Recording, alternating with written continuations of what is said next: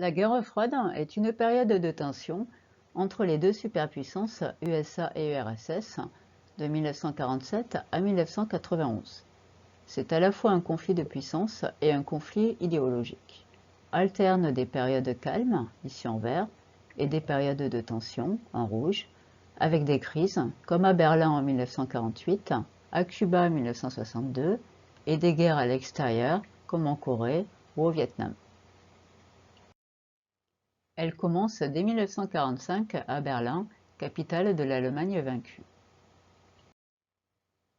Pour comprendre le conflit idéologique, il faut remonter au XIXe siècle. Avec la révolution industrielle, naît une nouvelle classe sociale, le monde ouvrier. Aux USA et en Europe de l'Ouest, les luttes sociales, manifestations, grèves, syndicats, permettent d'améliorer les conditions de vie très dures des ouvriers. En Russie, la révolution bolchevique en 1917 instaure un système économique nouveau, le communisme, où la propriété privée n'existe plus. Capitalisme et communisme vont s'affronter jusqu'à la fin de la guerre froide. C'est l'Allemand Karl Marx qui décrit la pyramide capitaliste, où tout en bas, les prolétaires, ouvriers et paysans, travaillent pour ceux du dessus, les bourgeois. Ils sont protégés par l'armée et le système est légitimé par l'Église. Les dirigeants des États font tout pour maintenir la pyramide en place. Au sommet, l'argent, le capital, est détenu par une minorité de personnes très riches. Des hommes s'engagent contre ce système inégalitaire et envisagent deux moyens de lutte. Les socialistes, comme le français Jean Jaurès, croient qu'on peut lutter contre ces inégalités pacifiquement au moyen des luttes sociales. D'autres, comme le russe Lénine, n'y croient pas et ne voient qu'un seul moyen, tout casser, casser la pyramide et inventer un monde nouveau sans propriété privée. C'est ce qu'il fait en Russie pendant la Première Guerre mondiale, c'est la Révolution russe de 1917. Sautons aux années 30. La Grande Dépression, née aux USA en 1929, se transforme en crise économique mondiale, la première de l'histoire. Aux USA, ce sont les files d'attente devant les soupes populaires, les familles jetées sur les routes car elles n'arrivent plus à payer leur crédit, c'est la misère. En Europe, les conséquences sont variables. En France, moins touchée, le Front populaire gagne les élections en 1936 et permet aux salariés d'obtenir leur premier congé payé, les vacances. En Allemagne, humiliée par le traité de Versailles, le règlement de la Première Guerre mondiale, et plus proche de la menace communiste, c'est Hitler qui arrive au pouvoir. Les tensions des années 30 aboutissent à la Deuxième Guerre mondiale et ses horreurs.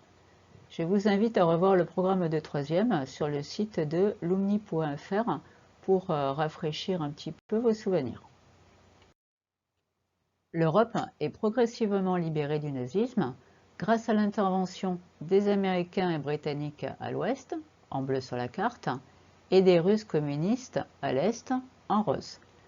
Ils se retrouvent à Berlin en 1945. Ces trois puissances sont alliées contre Hitler, mais tout les oppose. En février 1945, à Yalta, Churchill, Roosevelt et Staline préparent l'après-guerre. Dès l'Allemagne vaincue, l'alliance éclate et les tensions commencent. En 1947, les USA, avec le plan Marshall, proposent une aide économique et financière aux pays européens détruits, pensant ainsi lutter contre l'influence communiste. En effet, les communistes ont largement participé à la résistance pendant la guerre et ils sont très populaires en Europe. À l'ouest en bleu, les États acceptent, à l'est en orange, ils refusent et se rangent du côté des soviétiques. Un rideau de fer s'abat alors sur l'Europe et il restera en place jusqu'en 1989. La création de l'OTAN, traité de l'Atlantique Nord, est la version militaire de cette politique. Les pays membres savent qu'ils sont alors protégés par les USA. C'est à Berlin en 1948 qu'éclate la première grave crise. Pour faire pression, les Russes bloquent la ville internationale mais enclavée dans la zone russe. Les Américains vont alors mettre en place un pont aérien pendant près d'une année pour ravitailler les populations. Ces documents sont extraits des pages 15 et 16 de votre manuel Fouché. Le monde est alors coupé en deux, l'Europe est coupée en deux, l'Allemagne est coupée en deux, Berlin est coupé en deux.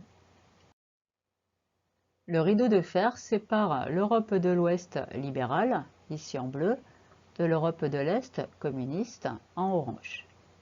Un bras de fer interminable entre les USA et l'URSS, ponctué de graves crises, comme à Cuba en 1962, où l'on frôle une troisième guerre mondiale, nucléaire cette fois, car les deux puissances disposent désormais de la bombe atomique.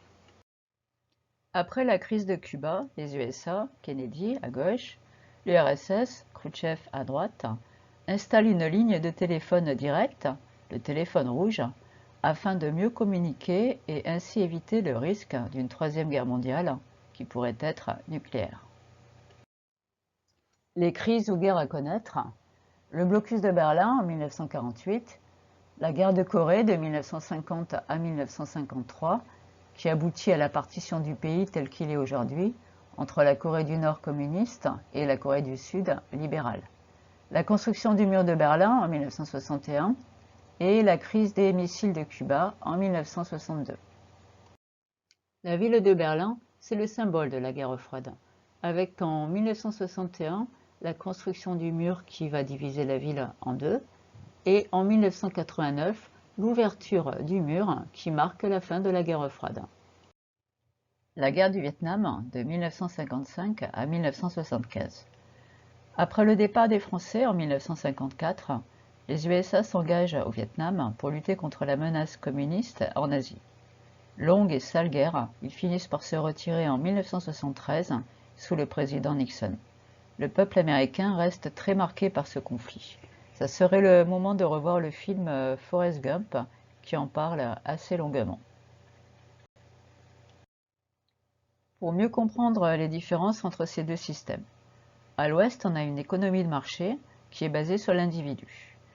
À l'est, dans le système communiste, c'est le groupe qui prime. Dans une économie de marché, l'individu est libre, libre d'entreprendre, créer son business, de posséder, c'est la propriété privée. Il y a des riches et des pauvres, et c'est la compétition qui fait la différence entre les hommes.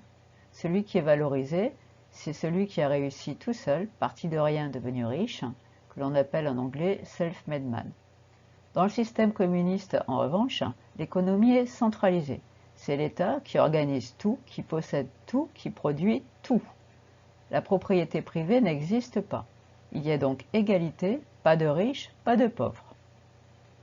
Politiquement, à l'Ouest, la liberté est garantie par la démocratie, où chacun est libre de contester avec son bulletin de vote. À l'Est, en revanche, la contestation est interdite et les opposants sont envoyés au goulag. L'URSS était une dictature, où les membres du parti unique, le Parti communiste, étaient les maîtres tout-puissants. La police, le KGB, envoyait les mécontents au goulag, une prison à ciel ouvert en Sibérie la plupart du temps, là où il fait très froid. On attribue à Staline environ 15 millions de morts entre la famine et le goulag. Les conséquences sur la vie des gens. À l'ouest, aux USA, ça marche plutôt bien. 30 années de bonheur, qu'on appelle les 30 glorieuses, où le chômage n'existe pas et où le niveau de vie des gens s'améliore régulièrement. Enfin, pas pour tous, notamment les Afro-Américains. Je vous rappelle que les années 60 sont la période de lutte pour les droits civiques avec Martin Luther King aux USA. L'American Way of Life fait rêver la planète. Diffusée par le cinéma, les comics, les boissons comme le Coca-Cola, c'est la société de consommation, les frigos bien remplis et les belles voitures. À l'Est, c'est l'uniformité, la même chose pour tous, mais pas grand-chose. La propagande communiste glorifie le prolétaire, celui qui n'a que ses mains pour travailler. On y développe les grandes usines et l'armement, mais pour le peuple, il ne reste pas grand-chose, à peine le minimum. Un exemple au travers de l'automobile et deux modèles cultes. La Trabant à l'Est, avec un tout petit moteur qui ne roule pas très vite et qui n'est pas très confortable. À l'Ouest, la coccinelle de Volkswagen, la Beetles, beaucoup plus rapide et moderne. Le système communiste ne fonctionne pas. Les humains, finalement, sans compétition, travaillent mal. La pénurie est généralisée, les magasins sont vides. Certes, il n'y a pas de pauvres, mais il n'y a rien du tout. Pourtant, les privilégiés existent. Les membres importants du parti ont des logements de fonction, des voitures de fonction et des magasins bien remplis pour eux. Un montage très caricatural est placé là pour vous aider à mieux comprendre ce monde très très loin de vous. À l'est, on n'a pas besoin d'argent, mais les magasins sont vides. À l'ouest, les magasins sont pleins, mais il faut de l'argent pour pouvoir en profiter. À la fin des années 80, Gorbatchev tente une modernisation du système, la perestroïka, qui ne fonctionne pas, sûrement car le système n'était pas réformable. Il s'écroule de lui-même très vite après la chute du mur de Berlin en 1989. Après 60 ans de guerre froide, de fusils, de missiles, c'est finalement le manque d'espoir, et de coca peut-être, qui fait tomber le système. Le symbole, le 9 novembre 1989, l'ouverture du mur de Berlin. En 2 ans à peine, tout se termine. 1991, l'URSS n'existe plus. La guerre froide est définitivement terminée. L'URSS est démantelée et divisée en plusieurs républiques, dont la plus grande est la Russie, sur cette carte en rose. S'ensuivent des années de chaos, d'anarchie, de corruption, c'est l'époque de Boris Eltsine. Jusqu'à l'arrivée de Vladimir Poutine en 2000, qui va remettre de l'ordre en Russie. Sur fond de menaces séparatistes des régions du Sud, musulmanes, comme la Tchétchénie, d'où venait la famille du terroriste qui a tué Samuel Paty en octobre 2020. Également sur fond d'enjeux énergétiques, le gaz naturel. Le gaz naturel russe approvisionne largement l'Europe, grâce à des gazoducs, en vert sur la carte. Europe de l'Ouest et Russie sont en rivalité sur la construction des futurs gazoducs provenant du Moyen-Orient. C'est une des causes nombreuses de la guerre en Syrie. Vous pouvez repérer sur cette carte des États dont on parle régulièrement aux infos, la Turquie, l'Arménie, l'Azerbaïdjan et l'Ukraine. Cette présentation nous a amené à votre dernier sujet d'étude en histoire, qui est le monde depuis le tournant des années 1990.